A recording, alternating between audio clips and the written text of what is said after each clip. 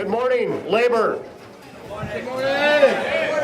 That doesn't sound like a good morning from labor. Good morning, labor. Woo, much better, much better. Everybody enjoying the breakfast so far? Fantastic.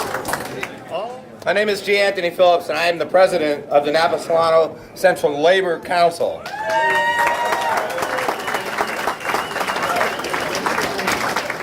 So it's a title that I hold very dear, and I always tell the people that I work with, I get to wear several hats. One of them is this, the other is the chair of the Napa County Democratic Central Committee.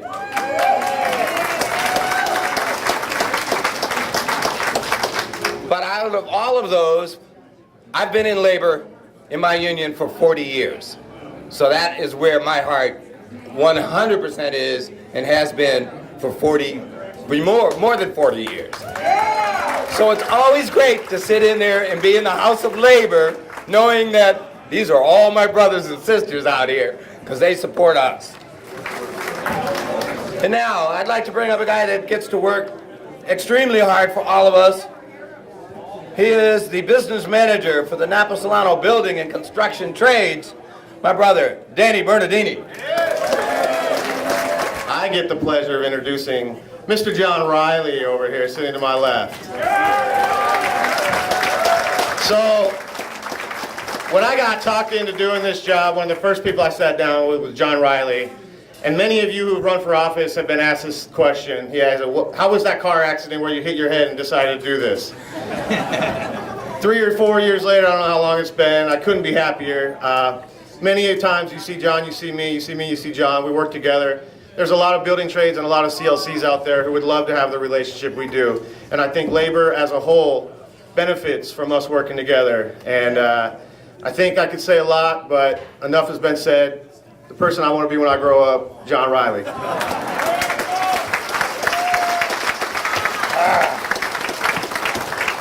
Thank you very much.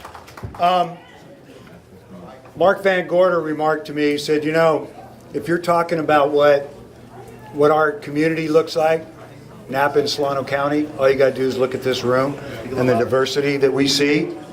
And so for that, we're very proud. It's been 10 years. This is our 10th breakfast. And I know there's a lot of you that have been here for every one of them. And on that first Labor Day, we lost one of our rising stars in our political community, in the community of Fairfield, when Matt Garcia was tragically killed.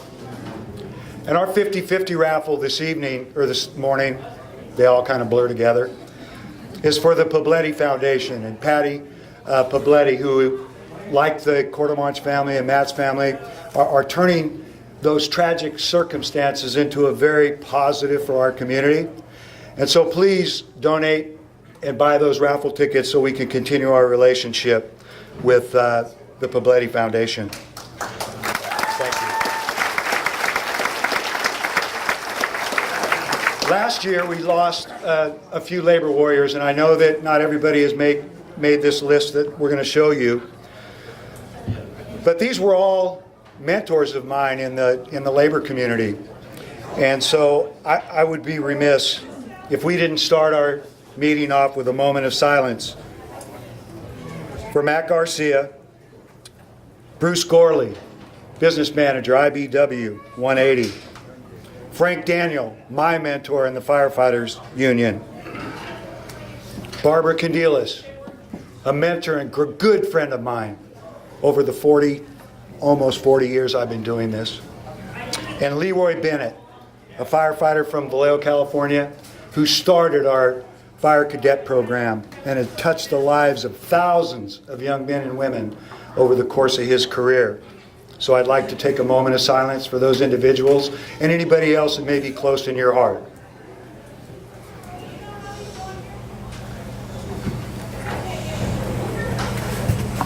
Thank you very much. Whew, 10 years. So this is the first time I've ever written down a message. I usually get up here and wing it, take a couple notes, as you guys well know, right? Forget everybody. That's why I had Danny introduce some people. When you've been around as long as I have, this is the first thing to go. But it's been a privilege serving everybody, and I want to take a little bit of a personal privilege to give a little bit of a longer speech than I normally do. We're here to celebrate labor and those warriors that came before us that continue to struggle every day on behalf of working men and women all over this country, and particularly in Solano and Napa counties. And the labor leaders that were introduced earlier today, that's our rock. It's what we do. But they still need to be recognized for those accomplishments and those tireless hours away from their family. And I'd be also in big trouble and remiss, probably not from my family, but everybody else that said, you didn't introduce your family. And so my lovely wife of 39 years, Kathy, my daughter Taylor, my son Connor, and all the extended family that I have after working so many years in this community. But I also want, if you're the spouse, significant other, child, cousin, sister, brother of a labor leader that toils, stand up. Stand up, because we want to honor you today as well.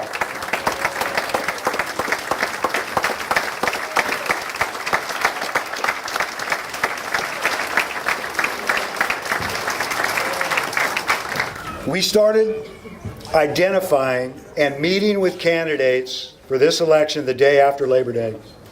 And quite frankly, for those of you that have relationships with us, probably a lot sooner than that we were sitting down, finding out who those people were that were going to run for office, letting them know what our values are, trying to determine whether they share our values, because in the end, that's all we have. Every elected official is going to take a vote that we don't agree with at one time or another, but all we can do is have faith that they share the values that we have and that we demand for our members. You know, the coalition building that we do is the most important. And we planned a forum for the county primaries. And we teamed up with the Farm Bureau, the Chambers of Commerce, the Board of Realtors, the Labor Council, APAPA, the building trades, and we put on a forum so that everybody in the community could find out who those candidates were and why they should support or not support them. We're very proud of that collaborative effort. We interviewed for, endorsed, and supported a slate of candidates in that primary. And you know what? I didn't even look, but I think every one of them might have made it in. If not, maybe one didn't. And thank you, all of you, that stepped up and ran for those offices, whether you were successful or not, because that's what this system is all about. And we value the relationships that we have with folks that we endorse as much as we don't endorse. And that's evidenced by the folks that are standing around this room right now that weren't endorsed by the Labor Council, but show us the respect of attending and developing relationships with us and our members. And we did a little bit of activism as well. Whether it's from the dais at a city council meeting, whether it's standing out in front of somebody's business and letting them know that how they treat people matters. Endorsing candidates and pushing an agenda forward, focusing on the positive and calling out bad players. We worked on many charter school issues over this last year. We continue to provide input for North Mare Island and Vallejo's economic resurgence. I'm going to talk a little bit about Vallejo, and that's my point of personal privilege, because I was born and raised there.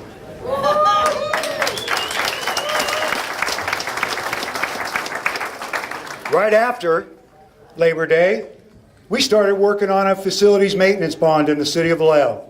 Imagine that, almost a year ago. And working with Dr. Clark, the many community allies that we have, Measure S is now a campaign that we can all be very, very proud of.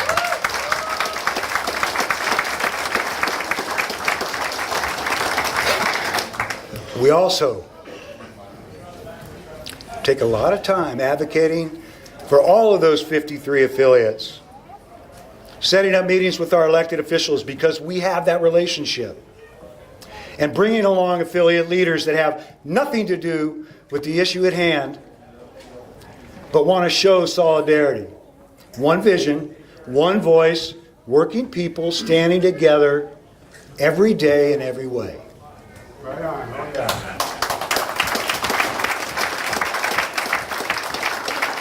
I talk about the coalition work that we do and have done. Last year, we started a coalition, started meeting with police officers, firefighters, teachers, community members in the city of Benicia. Because Benicia, like Vallejo, is facing some tough economic transitions. And we need to make sure that working people that toil in the city of Benicia, those that want to invest in the city of Benicia, are treated with dignity and respect, as they should be. Everybody knows about Vallejo's story, right? The trust fund daddy died. We had no skills. We had a very divisive community.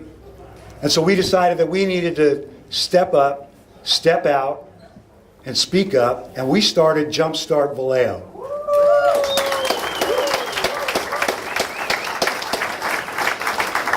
Business, labor, community. And we were very active in the 2013 election, and we made history.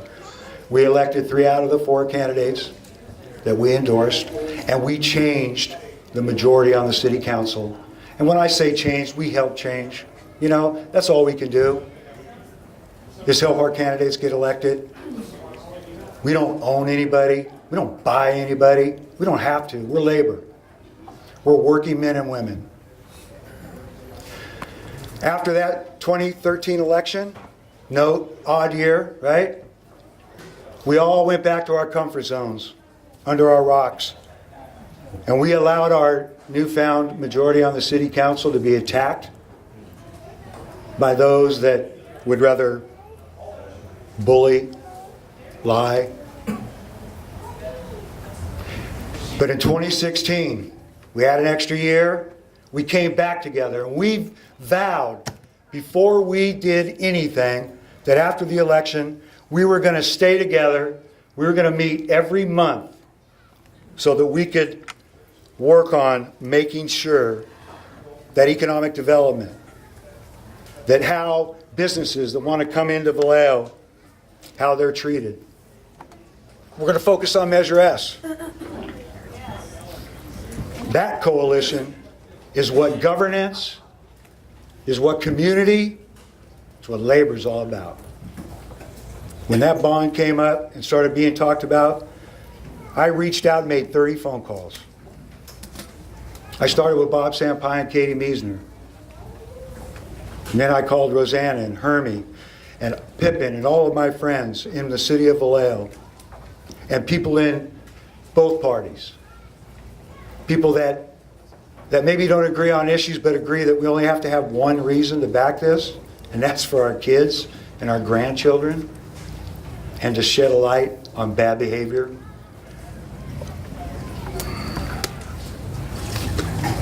Our campaign is not going to be against any candidate, any issue, any proposition, but it will be against bad behavior. And if you behave badly, if you have stood up and allowed bad behavior by people that support you, we're not going to condone that either. And just like Measure S, all of our candidates, which we're going to introduce to you in just a little bit, we're going to work our asses off for them like we always do. We're going to treat everybody with dignity and respect. And we're going to go out and make history. And I hope you'll join us. And thank you very much for allowing me to serve.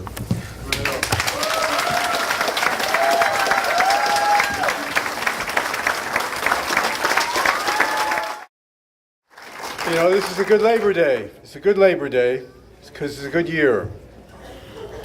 Beginning of this year, those folks that want to destroy the labor movement were celebrating a little bit early. They thought they had us. They thought that this year would be the beginning of the end of labor through that Janus decision in the Supreme Court, the right-wing decision, which basically put in California half of the union members on the same day they made that decision half of the union members in California became right to work. But we worked together. We worked together to build strong internal programs in every one of those unions so that not only did union members stay together, but the union became stronger. And I have to say that whenever labor is under attack, we get stronger, right? Remember 1958, they had right to work in California, and after they put that on the ballot, labor kicked ass, and that was when we elected the first Governor Brown,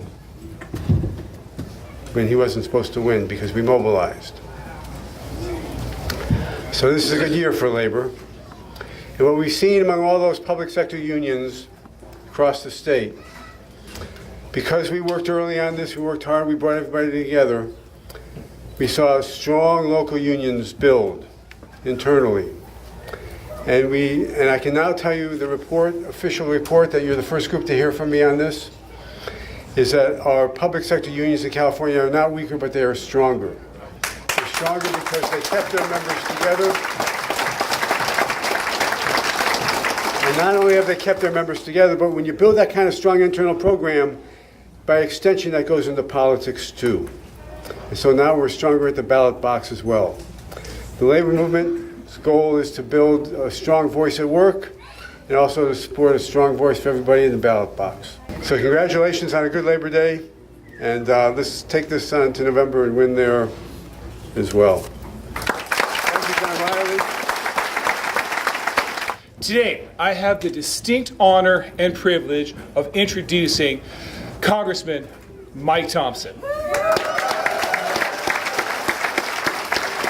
Thanks for being here and knowing that Labor Day is a day that we honor the sacrifices that were made to get us where we are today, and we honor the working men and women of the United States of America, the backbone of our great country.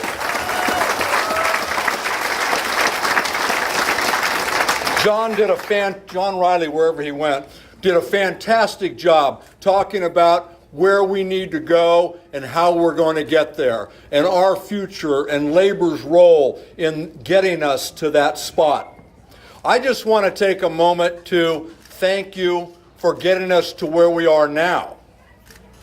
Because if you believe in working men and women, you believe in the labor movement and the working men and women that make it up.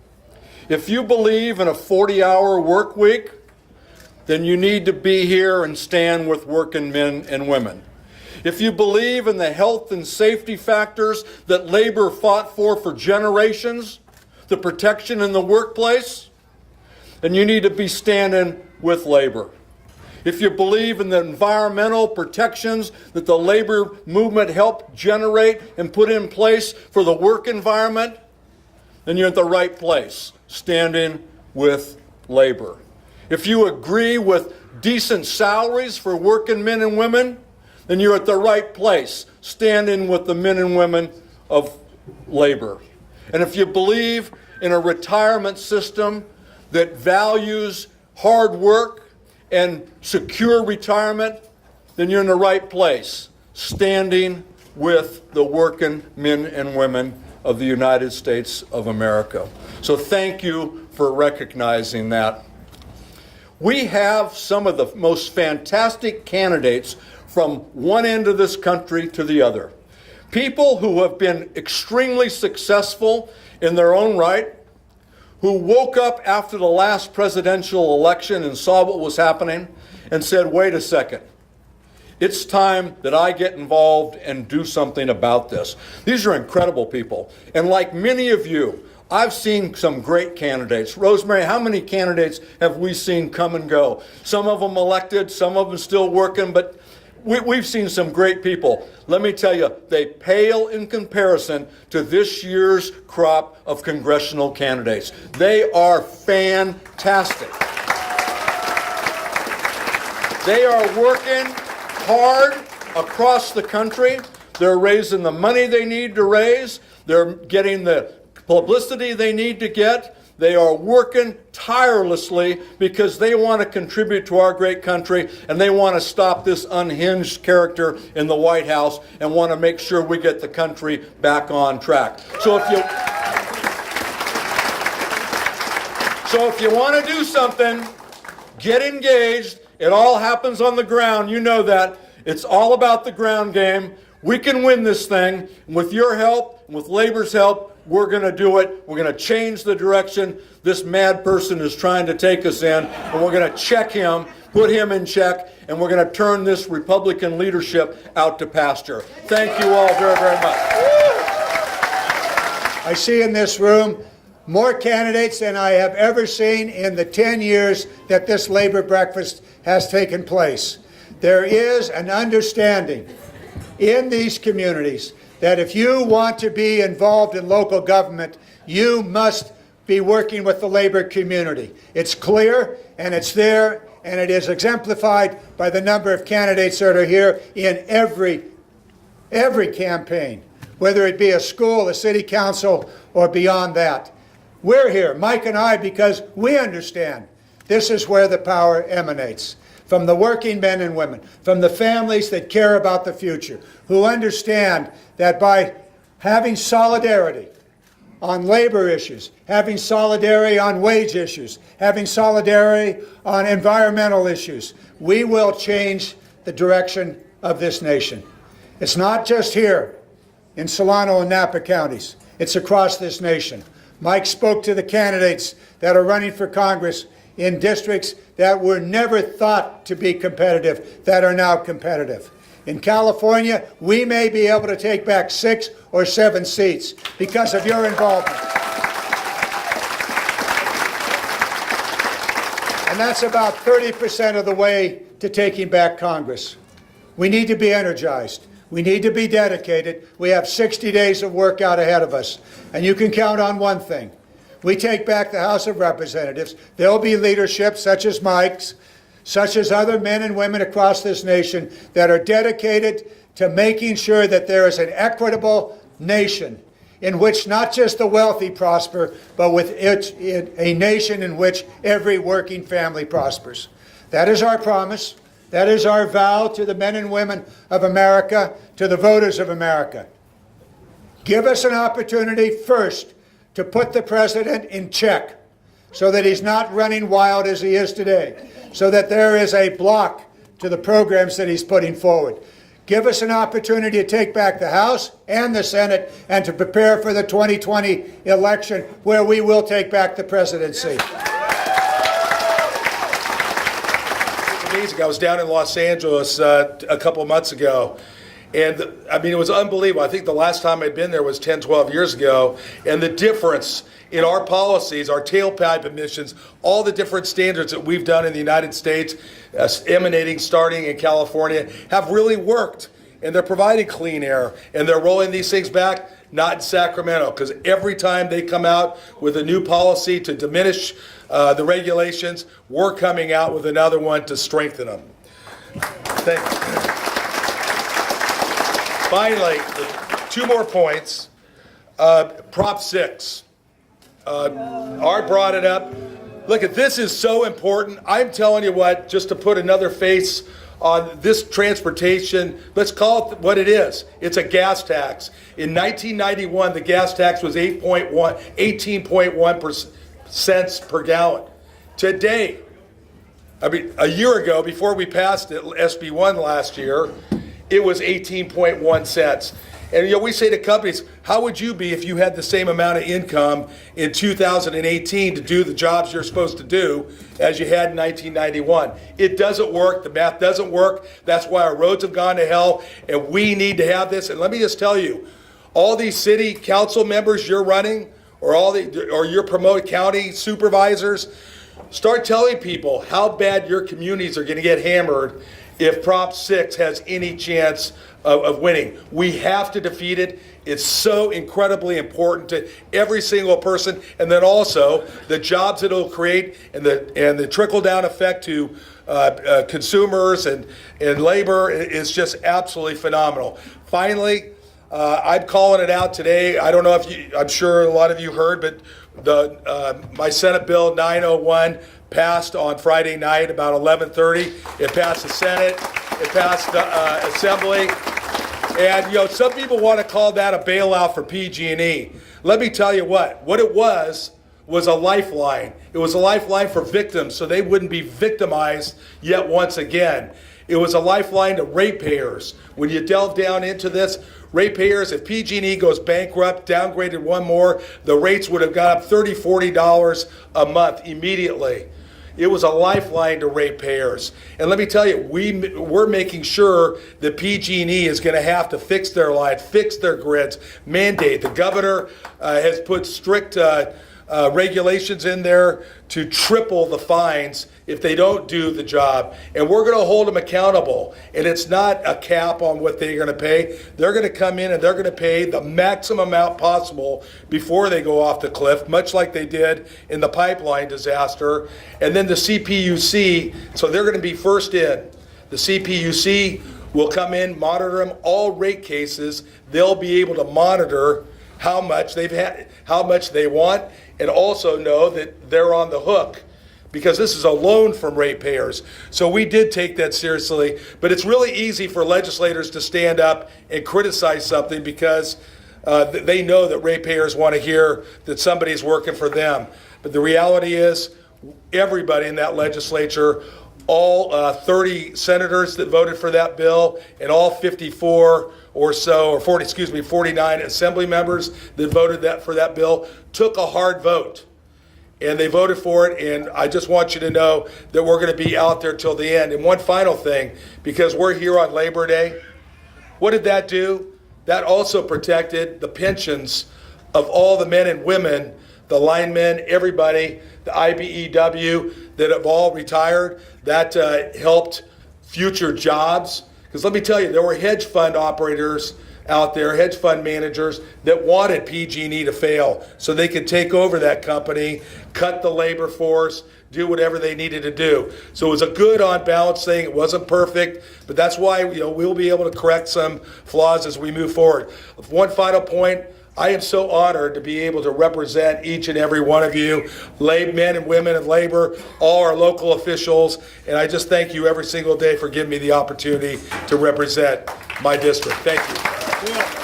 I would like to address laborers in the vineyard. In other words, basically it's those working men, women, and families that make up the working class.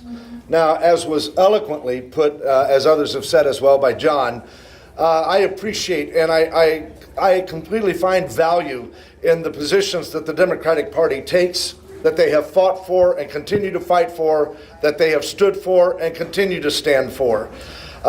In addition to that, I also believe that we must not forget that we are a party of the people, and we are a party that's about jobs and job creation, about jobs with livable wage, and about the organizing of labor from and with those jobs.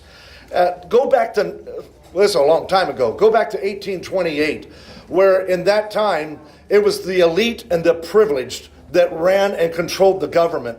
But it wasn't until workers rose up and forged a partnership with government and took government into their own hands, in which they were able to turn the tide. I don't know, maybe history repeats itself every once in a while, but it's time that the workforce rise up again and take our government back into our hands and protect our workers and provide for our workers. That all happened back in that time because of a partnership that was forged. That partnership is why we're here today, together in this same room. I value that partnership. I look at the benefits that come from it, as each and every one of you that have come and visited, as we have had meetings, as you have educated me and provided information and helped me to understand the needs and what exists out in the workforce and the world of labor.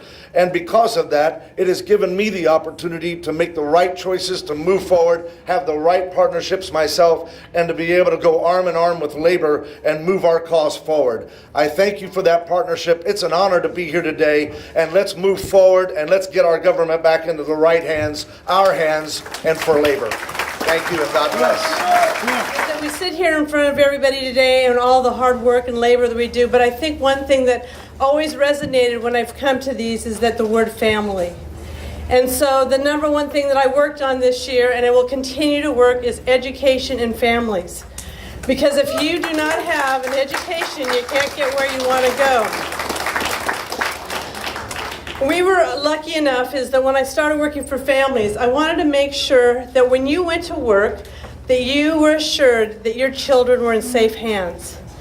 And I was able to get over $600 million in the budget this year for children between 0 and 5 years old, so that we can make sure that they have good preschool operators, good facilities that they're going to be staying in. It was so important to me that that got done, because as a single parent in the day, there's nothing worse than going to work and wondering where the heck and how my child was going to be taken care of. So that I did for you. I wanted to make sure that you had a place for the kids. You know, we worked on a lot of things this year, and as you can only imagine, is that I represent Lake County. Lake County right now has no money. The county has no cash flow. And we've gone through so many fires. And I thank all of you here that have contributed either your money, funding, but the firefighters, the police officers, the CHP, all of our first responders that were there for our families. And they continue to be there for our families, because recovery in some of these areas is not fast. It takes time.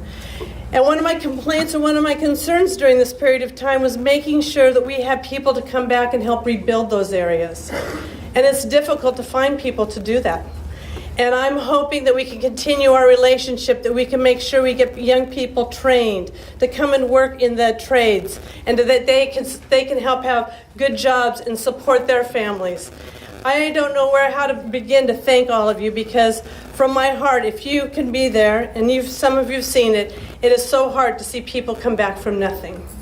So with that, I want to thank you. I will continue to work for working families, and to know that I'm going to work very hard to make sure that you get what you need.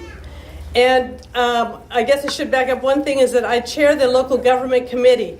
I see the trades in my office almost every single day. And I love it, because we always have these great conversations about how we can change things, how we can make things better, and what our goals and visions are. And to have a vision of where we're going to go since the Trump administration, what can we do that's going to be better? How can we be the leaders in the whole nation? California's #1. So please make sure you get out and vote. Make sure that you support all of us that are here, because I could not do my job. Quite frankly, if I didn't have the congressmen who had my backs, Senator Dodd, Assemblymember Grayson, if they weren't working as a team, we would not be successful in Northern California. Thank you so much. So we give a Labor Activism Award every year, and our Labor Activism Award that we are presenting to Tony, Vallejo Fire and Police Chaplain for 2018, Dr. Tony Ubaldi. Thank you so much, sir, for everything that you've done.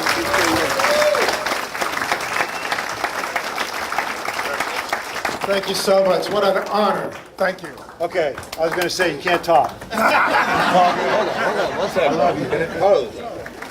We put this long process together, and we've been doing it since 2001. I don't put it together so that we can, we could have a different process for figuring out who our candidates are, but it's the folks that sit around the table and interview, and the dialogue we have. Every affiliate that represents labor, we invite to the table. And this year, in Napa, we invited our friends in the Democratic Party, which we've done in Solano County, our housing coalition, our progressive women, because there are no secrets in the House of Labor, I can tell you that. And we want to make sure that everybody knows what our values are. And so when I talk about a little social experiment, it's our interview process itself. And not those that come in front, but those that sit around the table. And two examples of that are Dana Bernardini with the building trades, and Joanne Gaudreau, who's the president of SEI 10-1. And if it hadn't been for sitting around that table for those godless hours, every hour that we put in interviewing a candidate, there's 5 hours outside of that that every leader uses to get to know those folks, and the work never stops. And so to see them, to see Danny and Joanne in that process, having that interaction, finding out what those hot button issues is one of the proudest things for me for putting this thing together that I could ever have. And that's a foundation and a legacy that we'll never forget. Getting our endorsement means you now have an intro to every one of our affiliates. You can use our logos, you can use our names, but if you want our affiliates, you got to do the hard work. You got to make the calls, you got to go in front of them, you got to prove that just because you got Labor's endorsement doesn't mean you're going to get their endorsement. There's a lot of relationships that were made before these elections that are going to be made after. Go in front of everyone you can. If you think they've already endorsed someone, who cares? Do it anyway. Introduce yourself. You're going to be running it again. Successfully, unsuccessfully, you're going to be serving for them. So please, go in front of all of our affiliates. They got money. They got printing services. I'm just throwing that out there. So. Hi. Napa Valley College Board, District 3, Board President Mary Ann Mancuso. District 2, Jeff Dodd. Speak up a little bit. I'm not speaking up. No, you got to yell. Oh, well, then I don't need this mic. No, listen a little closer. Napa City Council, Mary Luros. Yeah. Liz Alessio. American Canyon City Council, David Oro. Mark Joseph. For Solano County, Solano County Board of Education, Area 3, Dana Dean, unopposed.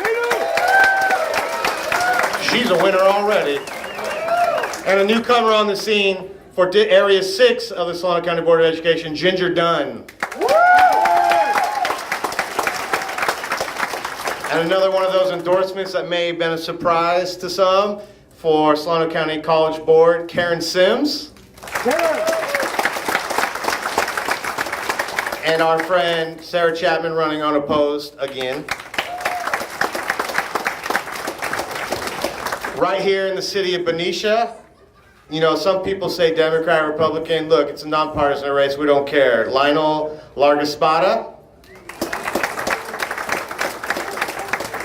and former council member Christina Strawbridge. Benicia Unified School District, Mark Maselli. Sherry Sada. Adrian Hayashi. Dixon City Council, James Ernest. Fairfield Sassoon Unified School District, Area 7, David Isom. Unopposed. Fairfield City Council, Doris Panduro. Doris, excuse me. Sassoon Mayor, Lori Wilson. Sassoon City Council, Wanda Williams. Travis Unified School District, Area 2, Rita Deanda. Vacaville Mayor, and I did say he was a little bit out there for me, but Ron Roulette. Editorial opinions included, apparently. Vacaville City Council. Again, another one of those where we reach across party lines. Mitch Mashburn. And a newcomer on the scene, someone I've known since high school, college, just around town, Nolan Sullivan. Another gentleman, longtime Vacaville guy, Vacaville Unified School District, Michael Silva. A couple familiar faces here, Pippin Du Costa for Vallejo City Council. Also Vallejo City Council, Jess Malgapo.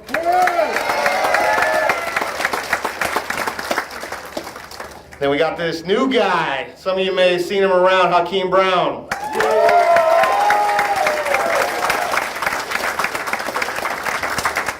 And last but not least, Vallejo Unified School District. We saw him earlier, Tony Ubaldi.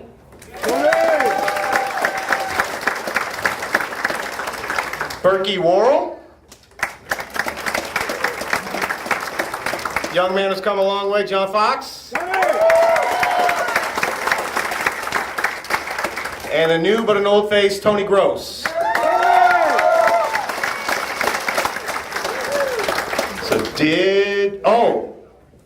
Sassoon City Council, Wanda Wilson. Williams, what am I doing? Okay, anybody else? Did we forget anyone? Allison Haley, DA, already won. This is old hat for Allison. Thank you, though. I'm right here at the Labor Day breakfast for the Napa Solano Labor Council. It's a huge honor to be here as we celebrate and honor those that came before us working on worker rights and labor rights, you know, whether it's the 40-hour work week, child labor laws, safety. You know, these are things that have now become the fabric of our community. But back when they were fighting for them, it was unheard of, and they literally shed their blood, sweat, and tears for that. So it's an honor to be here. It's an honor to have Labor's endorsement. I look forward to working with Labor to build jobs here in the city of Vallejo, working class, livable wage jobs, jobs that people can take care of their families, jobs that people can prosper, and jobs to make sure that they can take care of their kids and make sure their kids get a good education. So I'm honored to be here and look forward to working with Labor. Thank you. My name is Pippin Dew. I'm here at the Labor Council breakfast on Labor Day. Proud to have their endorsement and supporting working men and women for all that they do to make our country great. And just super wonderful event today. And I enjoyed being here. Thank you so much. Hi, my name is Tony Gross. I'm running for a seat on the school board for the Vallejo City Unified School District. I'm here at the Napa Solano Labor Council Labor Day breakfast, enjoying the food, and I'm also enjoying their endorsement. Happy Labor Day, everyone. As a Labor member of 21 years, I'm proud to be here. Supporting teachers, part of CTA, hoping that I get on Vallejo School Board to try to make a difference for our students, our families, and all of Vallejo. Please support me, and please also support Measure S, a much-needed bond we need for Vallejo. Thank you. Hi, I'm Wanda Williams. I'm running for Sassoon City Council. This is my very first Central Labor Council and Iron Workers breakfast. I'm so honored to be here, and it is my pleasure, and I'm honored to have their endorsement. I'd like to thank you for that. What are you going to do? And as your city council member, I'll be working for living wages, more transparency, and bringing in mom and pops and businesses to help thrive and grow our community. Thank you so much, and I look forward for your vote.